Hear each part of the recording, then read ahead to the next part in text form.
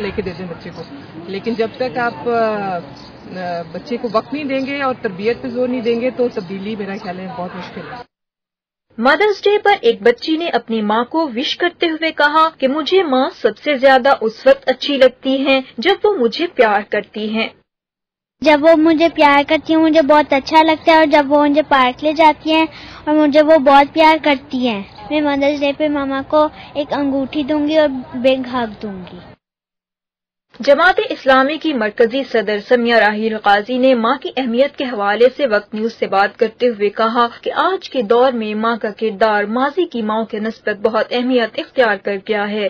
آج کی جدید سائنس اور ٹیکنالوجی کے دور میں جینے کے لیے جس محنتی اور قابل نوجوان نسل کی ضرورت ہے، اسی کو مد نظر رکھتے ہوئے مائیں اپنے کردار پر نظر ثانی کریں، تاہم بچوں کو بڑھاپے میں ترقی کی دوڑ میں گم ہو کر اپنی بوڑھی ماؤں کو بھی نہیں بھولنا چاہیے۔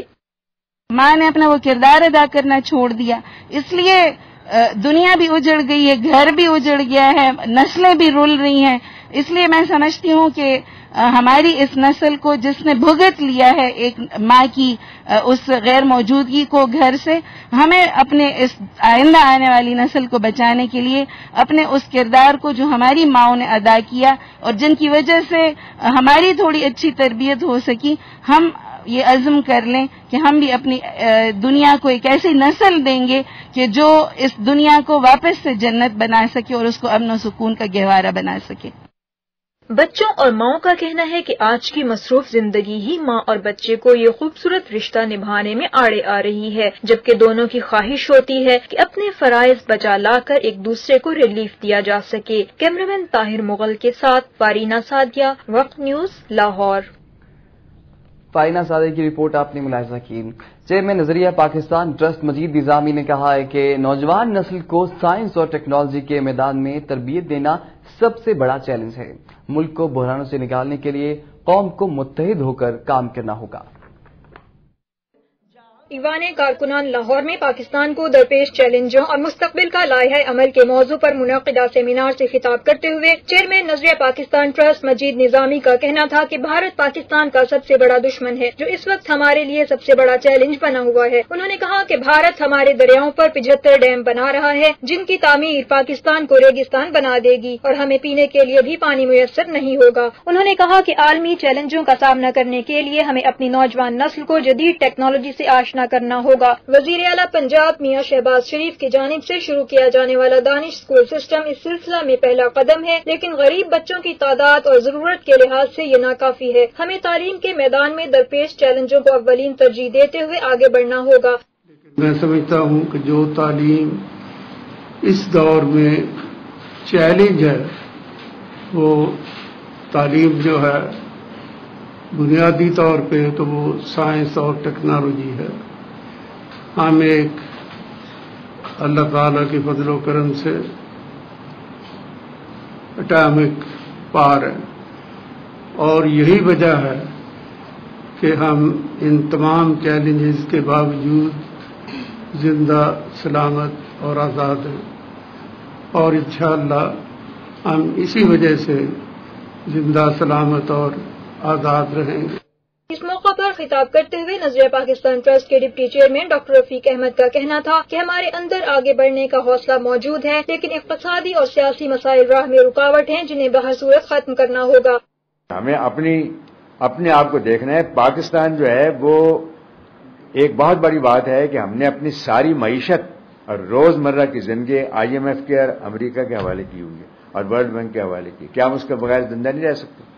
میں آپ کو بتا سکتا ہوں، اکنامکس میرا فیلڈ ہے، تھوڑی بہت مطالعہ کرتے رہتے ہیں، سارے اکانومسٹ ایک بات پر متفق ہیں، وہ اس بات پر کہ جب کسی قوم پر کرائسس آئے تو جو مومنٹ ہو، جو منیمم ایسینشل سروائیول کا پوائنٹ ہوتا ہے وہ یہ ہوتا ہے کہ ان کے پاس خوراک ہونی چاہیے۔ جس کے پاس فوڈ ہوگی وہ سروائیو کر سکتا ہے۔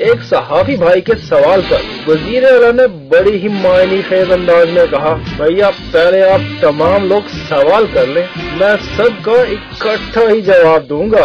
اب تو سوال کرتے جائے پھر میں جواب دوں سب کا۔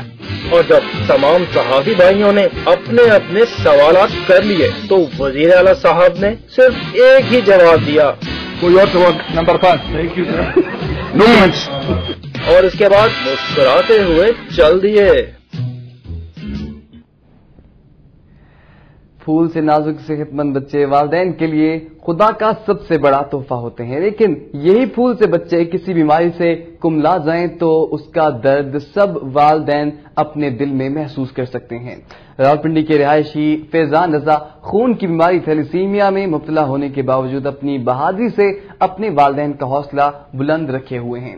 دیکھتے ہیں اسلام آباد سے آسیہ انصر کی یہ رپورٹ۔ زندگی کی روزمرہ مصروفیات میں مگن رہنے والا ہنستا کھیلتا 18 سالہ محمد فیضان رضا سیکنڈ ایئر کا طالب علم ہے۔ آنکھوں میں ذہانت کی چمک اور چہرے پر کھلتی مسکراہٹ کے حامل فیضان رضا کو دیکھ کر کون اندازہ لگا سکتا ہے کہ ہنستا مسکراتا یہ بچہ خون کے موذی مرض تھیلیسیمیا میں مبتلا ہے۔ فیضان رضا کے ماں باپ دونوں ہی لا علم تھے کہ وہ تھیلیسیمیا کے کیریئر ہیں، لیکن اس جان لیوا دکھ کا انکشاف ان کو جب ہوا جب 2.5 سال کی عمر میں فیضان میں اس کے اثرات نمایاں ہوئے۔ فیضان کا ہمیں پتہ تقریباً چلا ہے 2.5 سال کی عمر میں، جب یہ 2.5 سال کا تھا۔ جب پتہ چلا تو خیر ہمارا تو 2 مہینے رونے میں گزرے۔ اس کے بعد پھر یہ ہے کہ حوصلہ دینا تھا کہ اگر ہم اس کی نہ کیئر کریں تو پھر کون کرتا۔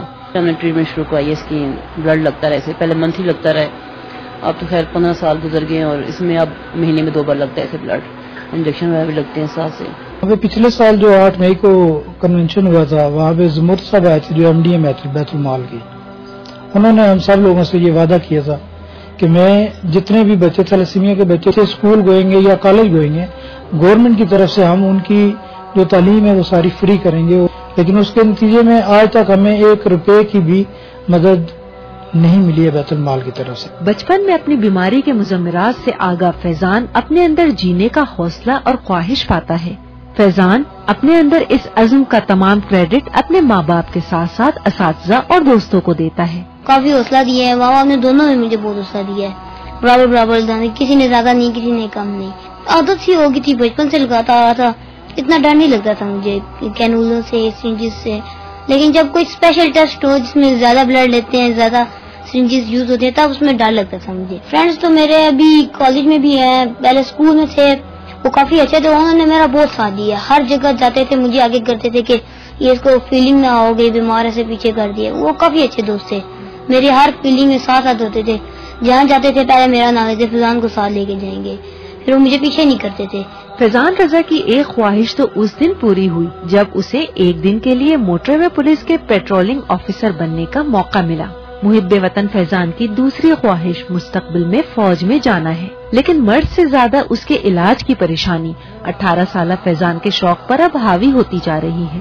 ایک کام مشکل لگتا ہے، اب سوچ رہا ہوں کہ شاید مشکل ہی ہو آگے بڑھ کے خود اپنے پیروں میں کھڑے ہو کے اپنا علاج کرنا، کیونکہ ابھی پیرنٹس علاج کر رہے ہیں، وہ تو پھر ایزی لگتا ہے، اپنے لیے تو ایزی ہے، ان کے لیے تو مشکل ہوگا۔ کسی اچھے محکمے میں جاب مل جائے تو جا کے میں کمپیوٹرز میں کروں جاب، کیونکہ کمپیوٹر فیلڈ جاب نہیں ہوتی، اس میں ریلیکس جاب ہوتی ہے، اور فیلڈ جاب ذرا پرابلم بھی دیتی ہے ہمارے جیسے بچوں کے لیے۔ خون کے مرض تھیلیسیمیا میں فیضان کی بہن پہلے ہی خالق حقیقی سے جا ملی ہے، جبکہ گزشتہ 15 سال سے تھیلیسیمیا میں مبتلا فیضان رضا جرأت و بہادری سے اپنی بیماری کا مقابلہ کر رہا ہے، لیکن اس کا واحد علاج بون میرو ہے۔ فیضان کے والدین نامساعد حالات کے باوجود اپنے آنگن میں کھلے پھول کو خزاں سے بچانے کے لیے مسلسل کوشاں ہیں۔ فیضان رضا کے والدین اپنے لخت جگر کے علاج کے لیے اپنے وسائل اور بساط سے بڑھ کر خرچ کر رہے ہیں، لیکن نامساعد حالات میں صحت عامہ کی سہولیات کی فراہمی فلاحی اداروں کی نہیں، حکومت وقت کی بنتی ہے۔ کیمرہ مین عمران شوکت کے ساتھ آسیہ انصر، وقت نیوز، راولپنڈی۔ اور اب دنیا بھر سے کچھ خبریں۔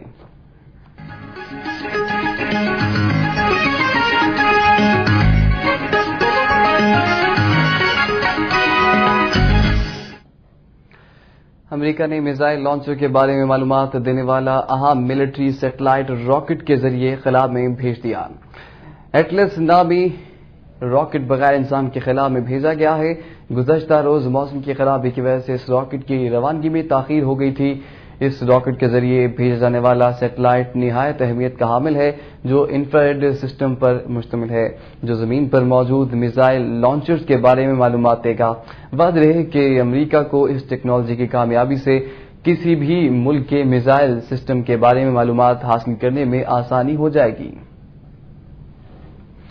اور میکسیکو کی فوج نے ڈرگ مافیا کے خلاف جاری آپریشن میں اب تک بڑی تعداد میں ہتھیار قبضے میں لے لیے ہیں۔ میکسیکو میں